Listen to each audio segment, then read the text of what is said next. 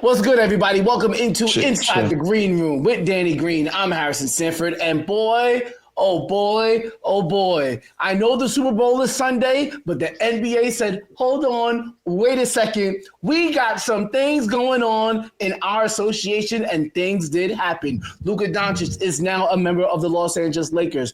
Wemby might have a teammate for the rest of his future. And Jimmy Butler is finally up out of there in Miami. So much to discuss. It has been a crazy, crazy week of NBA transactions. Trading deadline is officially a wrap. Danny and I are going to give you our winners, our losers, and much more on this edition of Inside the Green Room. Before we get down to business, just want to thank everybody for subscribing, liking, retweeting, following, all the things that keep the show going. Continue to do that as we get to the second half of the basketball season, and I'm sure we'll be continuing to give you what you need and maybe even some more of what we usually do here. With that being said, Danny, I think this is your first official trade dedeadline where you're not thinking about what might be next for you in terms of like another team. How did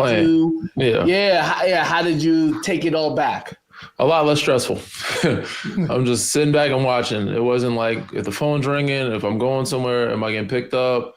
Am I being traded? So it's just watching the fireworks instead of having to jump in and set some fireworks off, So this is probably one of the most hectic ones we've seen in a while. Probably the wildest one of our time anyway. The biggest trade we've seen in NBA history, in my lifetime. So with that being said, the other moves after that are big splashes, but they're very minuscule compared to what the hell happened a couple of nights ago with Luka Doncic and Anthony Davis. This was a whirlwind. And if you look at the graphics of the players in different uniforms right now, people would think you're crazy if you showed this to them a week ago, 2 weeks ago. A lot of movement, a lot of moving pieces. I don't know, as we discussed earlier with our producer here, James, if the product is going to change much for most groups, but we will see. But I think most importantly for the NBA, the level of intrigue will definitely increase. There are certain teams that I absolutely have to watch. Shout out to ESPN for picking up the Pacers and Lakers game on Saturday and putting it on national TV. That is when Luka Doncic is going to debut for the Los Angeles Lakers, or at least scheduled to debut. Now we'll see if he'll be also playing with Mark Williams, somebody who the Lakers traded for late last night, Wednesday night, going into Thursday morning. With that being said, let's open it up, Danny. We have 3 winners, 3 losers. I'll let you go with your first winner, and I'm going to ask you not just to say the winner, but at what level of – is it your third best winner, your second best winner, or the biggest winner? Yeah, we got to go in order. I'm going to go from bottom to top. I'm going to go from bottom to top. At the bottom, I'm going to go a hyphen / it's Lakers-Dallas. I think they both won in a sense. I think Lakers win in a long term. I think Dallas is in a more win-now situation and the moves they made. I love it for Philly getting Quentin Grimes, but I don't like the fact that they moved Quentin Grimes when they got AD. They're in a more win-now situation with Gafford, Lively backing up AD, PJ Washington, Najee Marshall. You got length around the perimeter. Dinwiddie, Kyrie Irving. Now you just need a table setter and a point guard and just keep shooting. You got Klay Thompson that can shoot. Quentin Grimes would have been great to keep, but now you have Caleb Martin. They are in a very good position. Lakers now, huge move by getting Mark Williams. They kept complaining about a big man. Jackson Hayes played well the other night against the Clippers. The Clippers haven't been playing their best basketball as of late, but he looked really good and looking ready to take on that role of being a solid backup for them. Mark Williams gives them some more flexibility.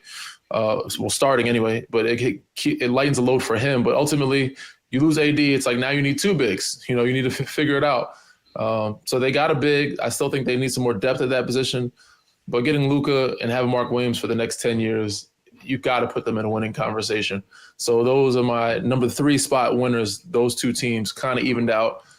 AD's so good. Luka's so good that he makes AD look not as good, and they thought Dallas should have got more picks.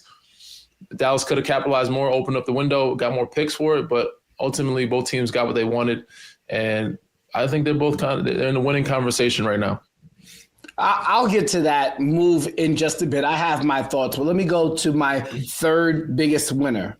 and I'm not just going to do it by teams, I'm also going to do it by personnel. The third biggest winner on this trading deadline, Kyle Kuzma.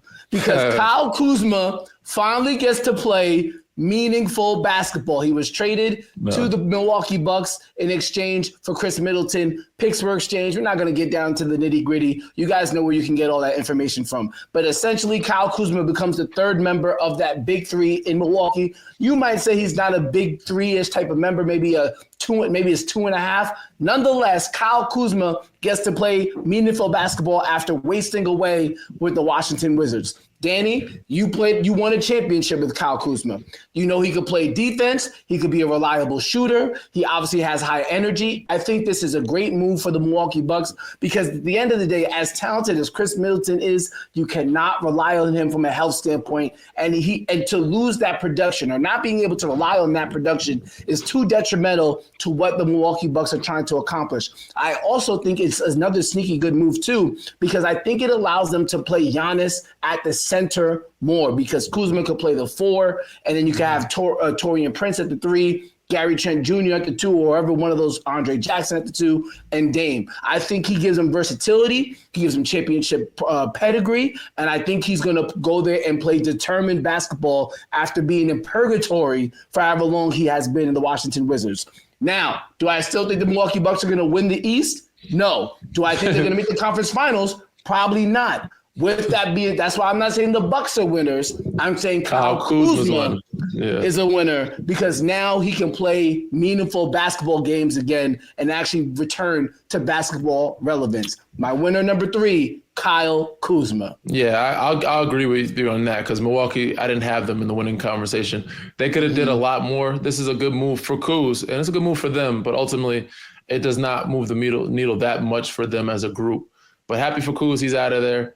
I wouldn't say I put them in the losers, but I expected maybe they did more movement and seeing what they could have gotten to give them some depth and more shooting. But they're actually, I think they might lead the league in 3-point percentage. But yes, this is a good piece for them. Yeah, no, they've been having some. I mean, Taurean Prince has been sniping. Gary Trent Jr. has had some moments. All right, let's go to our third loser, and I'll kick it off. Okay. Yeah, and I'll kick it off. Kevin Durant.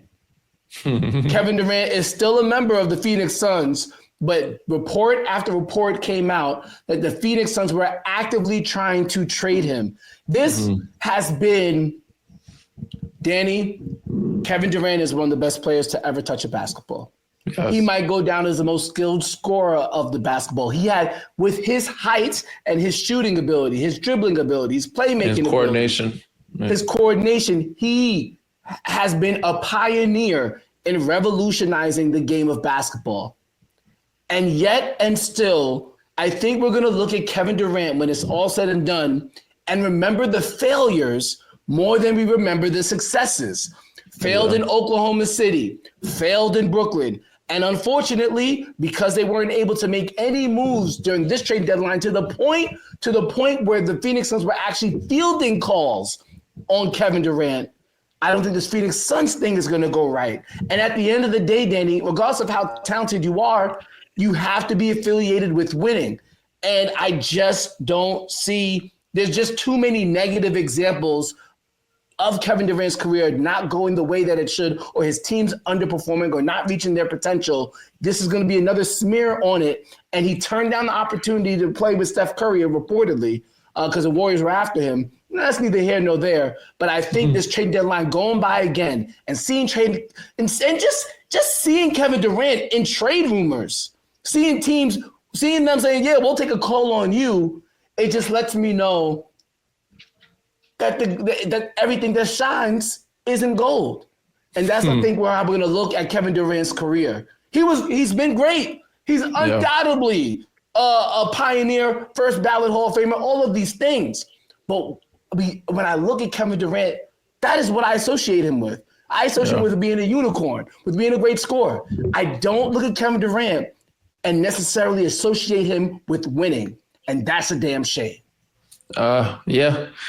I think I'm with you on that. I haven't done players, I've done teams. Phoenix was number one loser for me. They were the number one loser. If we're going back to the summer, probably Minnesota. Minnesota might be they're just the way before. Number 1 for the trade deadlines is the Phoenix Suns. They should have did more. My number 3, I'm gonna go with the Memphis Grizzlies.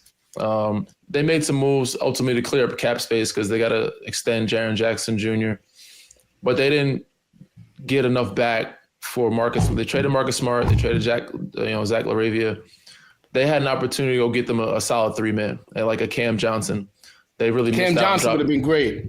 They dropped the ball on getting somebody. Cleveland got the DeAndre Hunter. They could have did. They were in the same position as them. So they are my number 3 losers on this deadline where they didn't maximize on the pieces they sent out and not getting something in return. They got a couple people from Washington with Bagley and was it Davies maybe? But other than that, yeah. So I think they just missed out on that. But Phoenix was my number 1 loser, and because they did no moves with Kevin Durant or Bradley Beal. So yeah, it's incredible, Danny, that when the Bradley Beal deal happened, we all talked about the no trade clause, right? And I don't think and how bad it was. It wasn't going to work. We talked about how it wasn't going to work, and the no trade clause.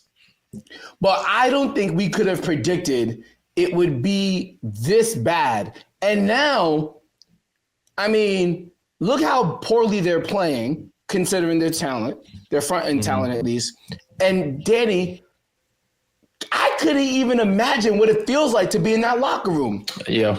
Team wanted to trade Bradley Beal. Hey, I'm not waiting my no trade clause. I'm Kevin Durant. Hey, we're looking to trade you too. You're Devin Booker. Damn, wasn't we just in the finals 3 years ago? What's going on here? It's just like new coaching staff. Everything is different. We predicted that it was gonna be bad. We didn't know it would be this bad. If I can recall, about a year ago, I was in studio, maybe past the deadline with Woj, and he was like, I think I wouldn't say predicted this to be this bad, but he's like, in a year or so, one of those guys are gonna want out. He's like, if it doesn't go well, you can guarantee that KD book somebody's going to want out a year from today. He wasn't wrong. And KD's already said, we talked about it this summer. Like, how soon will it be before one of those guys ask out? And they're already waiting. But they didn't make any moves.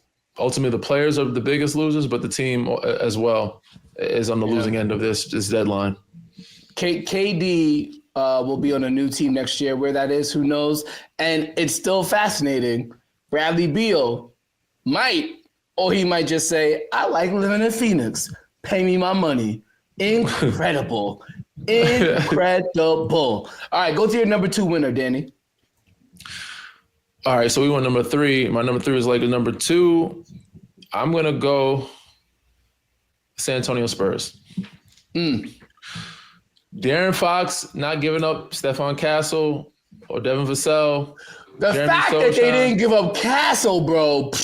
They kept everything they wanted to keep, made off thieves in the night. And they also got some other pieces at the deadline. They moved around and making some things happen in a couple 3 or 4 team trades. I think they waived Patrick Baldwin, but they got some other pieces that made them look pretty solid. But ultimately getting De'Aaron Fox and not having to give up much for him, and they still got picks. Still got Keldon, still got Vassell, still got Castle. How the hell? Jeremy Sohan. They got Jeremy Sohan. They kept all those guys. They kept CP too. I'm like, that's a big contract. So they made off these. Number 2 winners, San Antonio Spurs. They always do great when they make trades. It's not always at the deadline, but when they make a trade, they make it very efficiently for them. Yeah. Well done by the San Antonio Spurs. That was my number 2 winner as well. They have now locked themselves into a pathway now to really being a competitive team for a very long time. I think De'Aaron Fox, if you watch that game Wednesday night against the Atlanta Hawks, he's going to fit in well. I think Chris Paul is going to be able to manage his minutes now between him and Castle.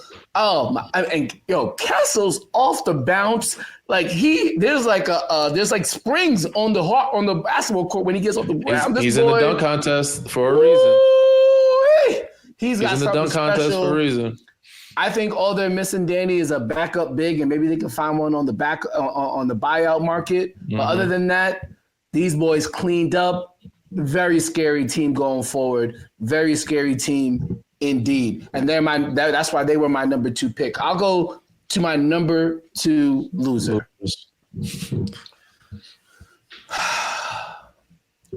I don't understand, and it's connected to this. Is actually connected to the Spurs. What the Sacramento Kings are doing? If De'Aaron Fox and Zach LaVine did not work in the East, what the hell makes you think it's going to work in the West? DeMar and Zach. Yeah, DeMar. Sorry. Yeah, DeMar and Zach LaVine didn't work in the East. Why would it work in the West?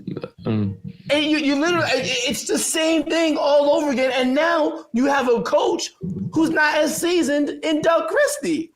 And you don't even have a pure point guard because right now Malik Monk is your point guard.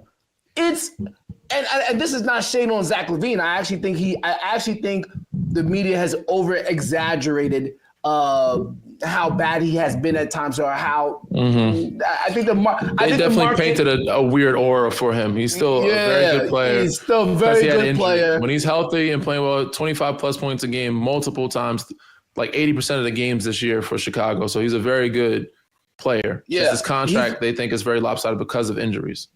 Yeah, I think he's one of those classic guys.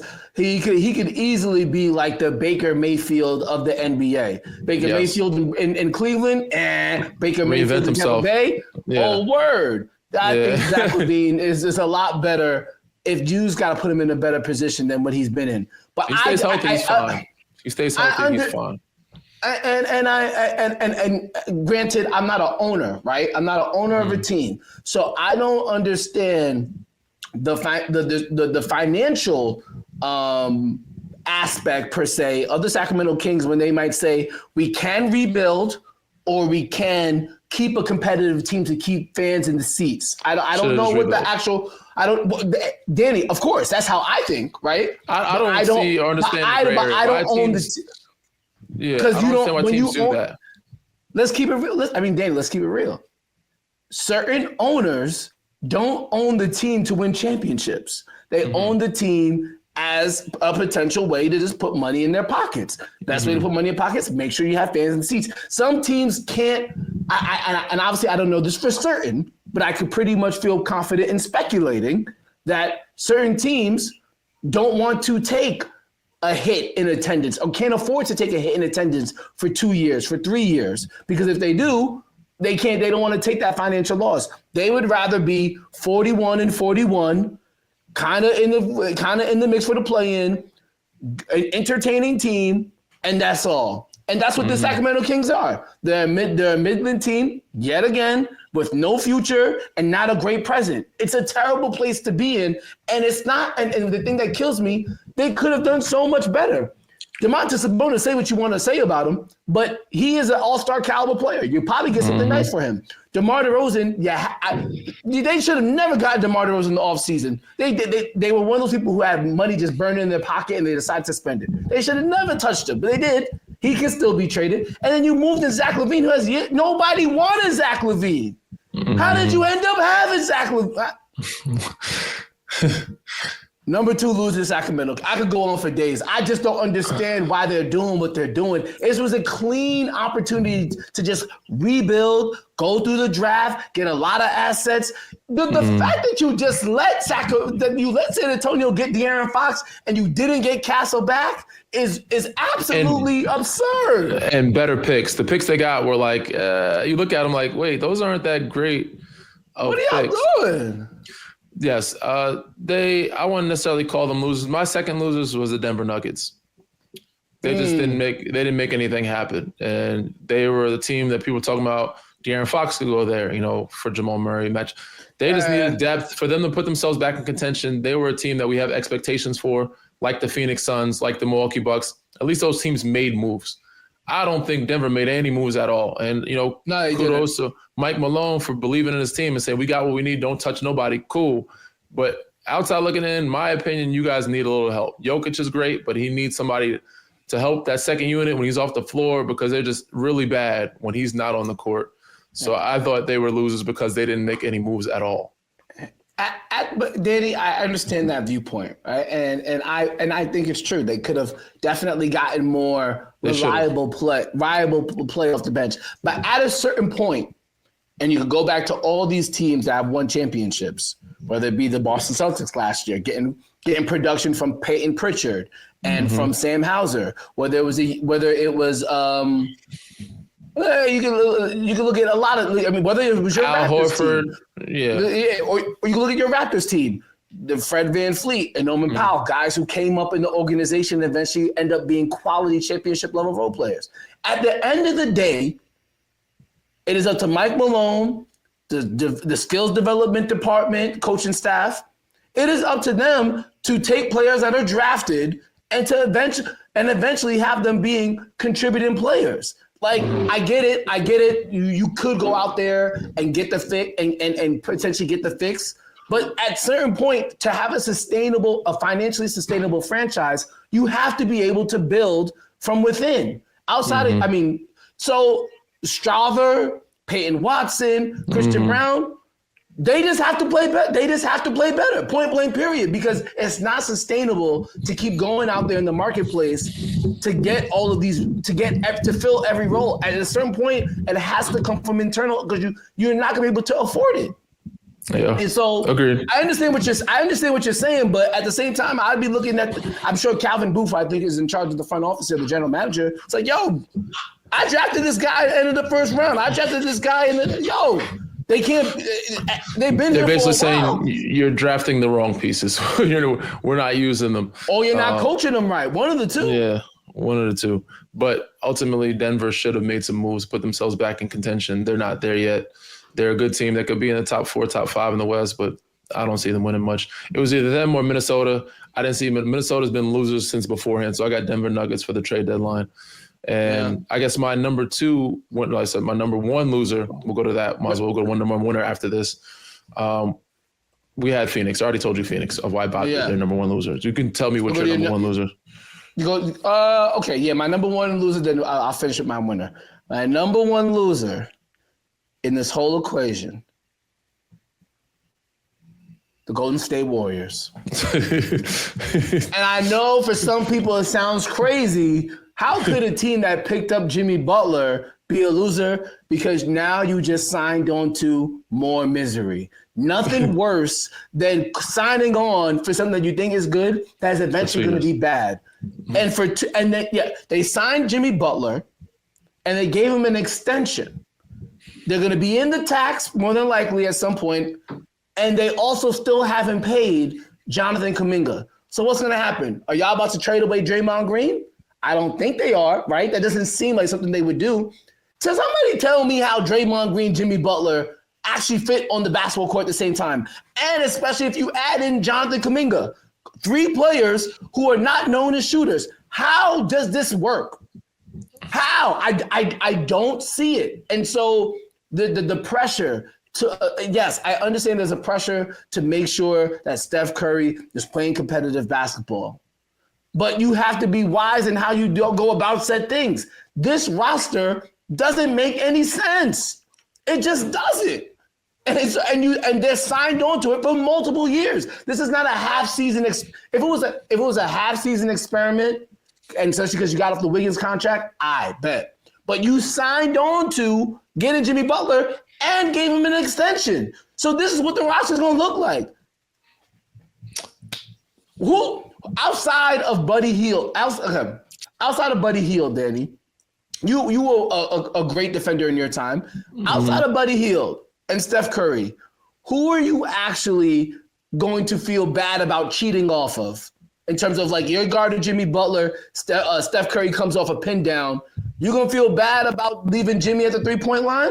No. The only other person I can think of, Podziemski, Moses Moody. I'll live with the results.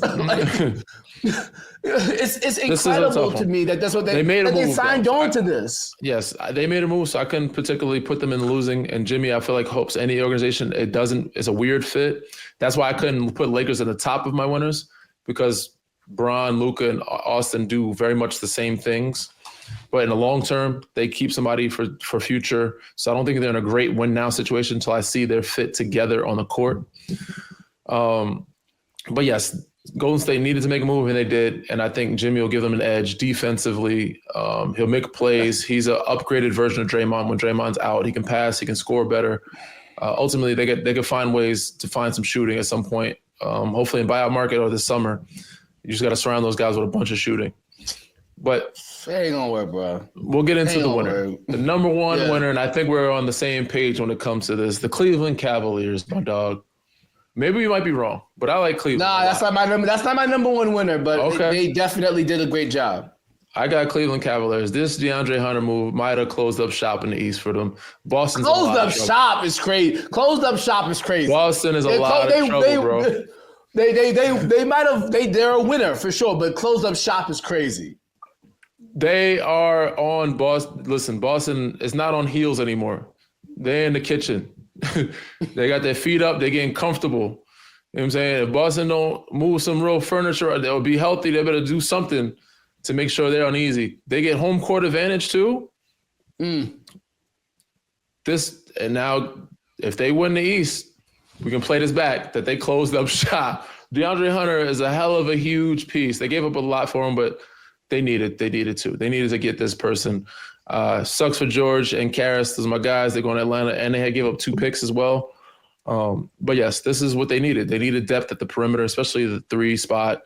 They could have used some depth on the big man spot on the bench, but this gives them the length and defense that they need to cover up Darius and Don's height issues.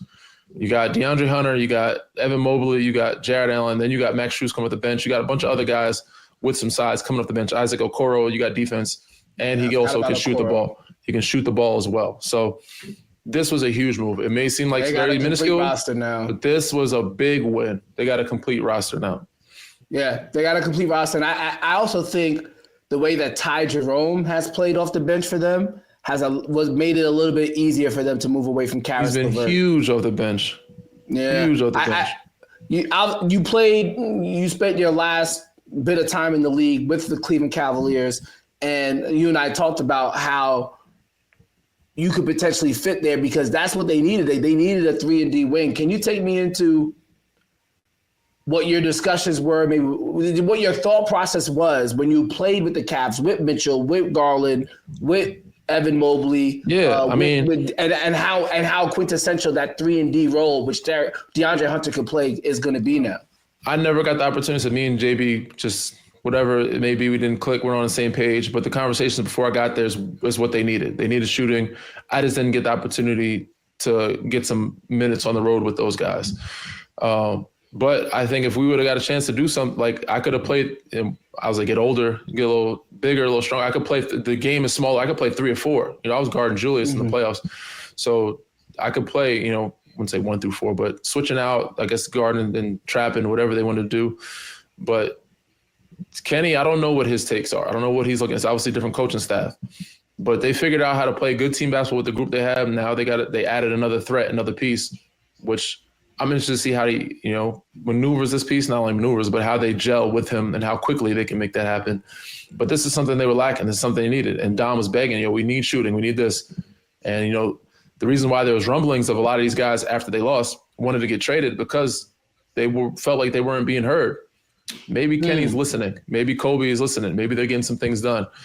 So we'll see. But I'm sure Don is very happy. I'm sure Darius is very happy about this move. Front office is.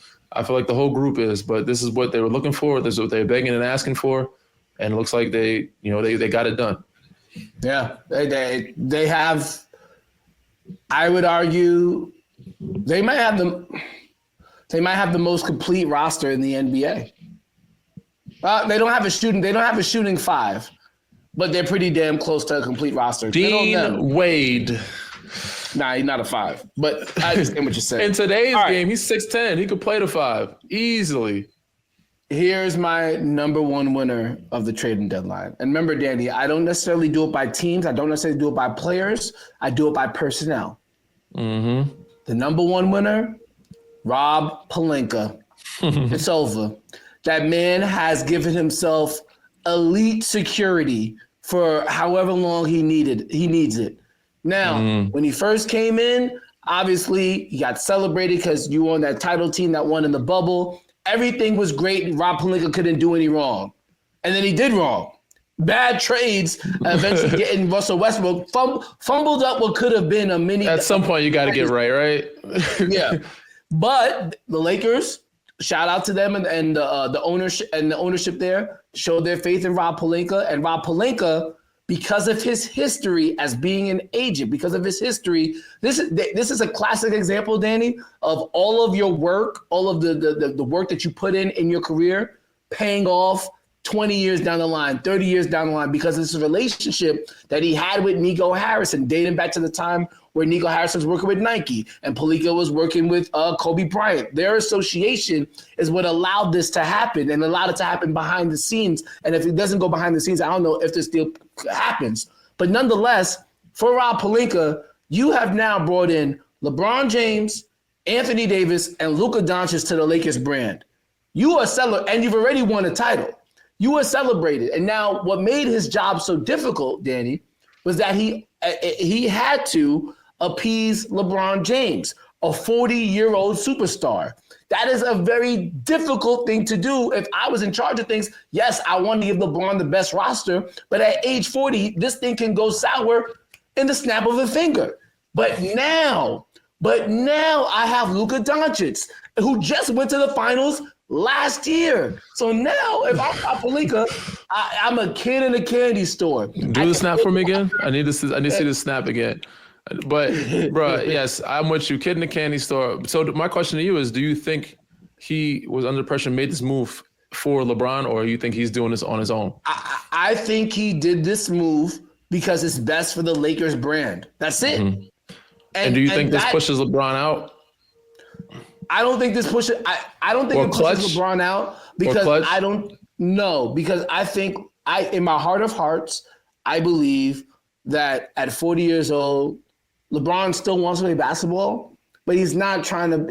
He wants to do it in LA. He's not about to go play in Dallas or Phoenix. No, he wants to play basketball, but he wants to do it comfortably in his own crib. way. Yeah, in his own crib. So he's gonna be a Laker for as long as he wants. Luka will be right there with him, and they could have. And again, it's not like Luka was in the finals last year, so you can still technically try and win now, and you still know you've got many more years of Luka later. But for Rob Pelinka, he's done his job. He's gotten the next star of the Lakers, and he's already won a title. And now that you have Luka, you're a legit threat every year. And then we just got Mark Williams, a double machine, to be the next big man potentially for the next 7-8 years. If you want to talk about winners, if you want to just isolate winners, because I don't know if the Lakers themselves are going to win the title, right? Because you got to depend on LeBron's health.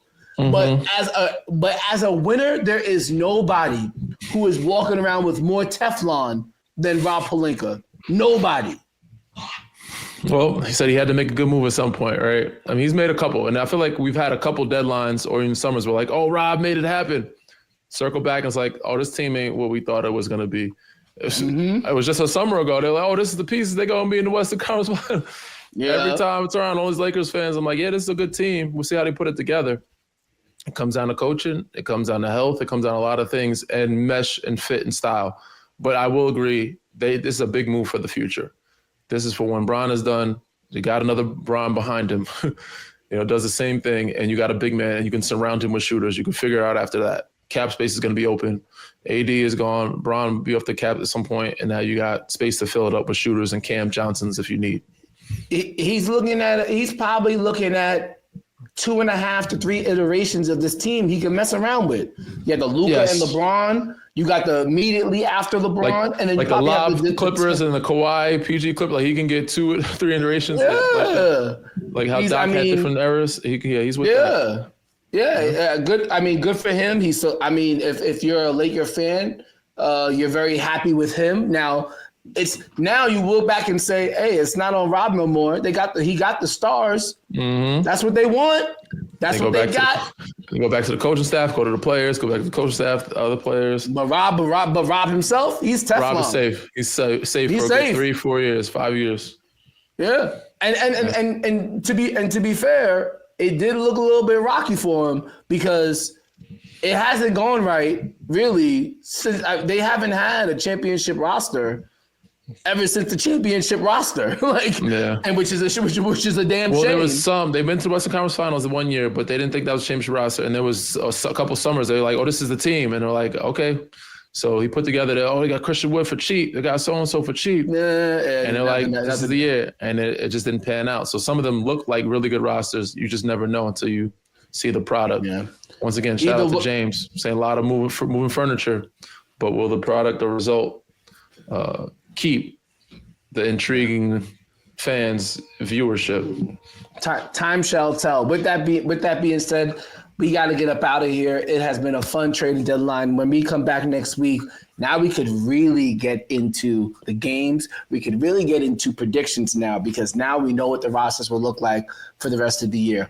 Big shocker to me, Cam Johnson was not moved. I do think, however, Danny, I do think, and I know it's going to sound crazy, I do think that Ben Simmons will make an impact on some team by the end of the season. I think he's going to get bought out in Brooklyn, and Ben Simmons on a veteran buyout as a defender, as he tries to stay in the NBA playing for a new deal, I think he might cause some havoc in the league. Not crazy. Not going to go crazy, but he's still 6'10". He can still guard, and he can still play make. I think that's maybe the last reasonable, impactful domino that could happen during this trade deadline buyout season. Other than that, though, it's going to be fun. Yeah, that does sound crazy. Y'all know what to do. Wait.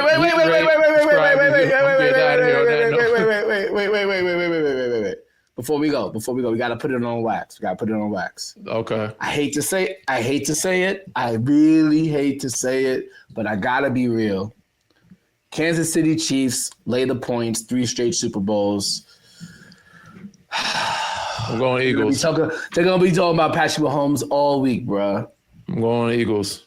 I'm rooting for the Eagles too, but I got to tell you what I think is going to happen, not what I want to happen. They got to lose at some point, bro. They can't be the healthiest, best team ever. Like, something's got to happen. Golden State even had KD and lost. It's got to happen. Y'all know what to do. With that being said, tell them what to do, Danny. Read, rate, subscribe, review. Peace.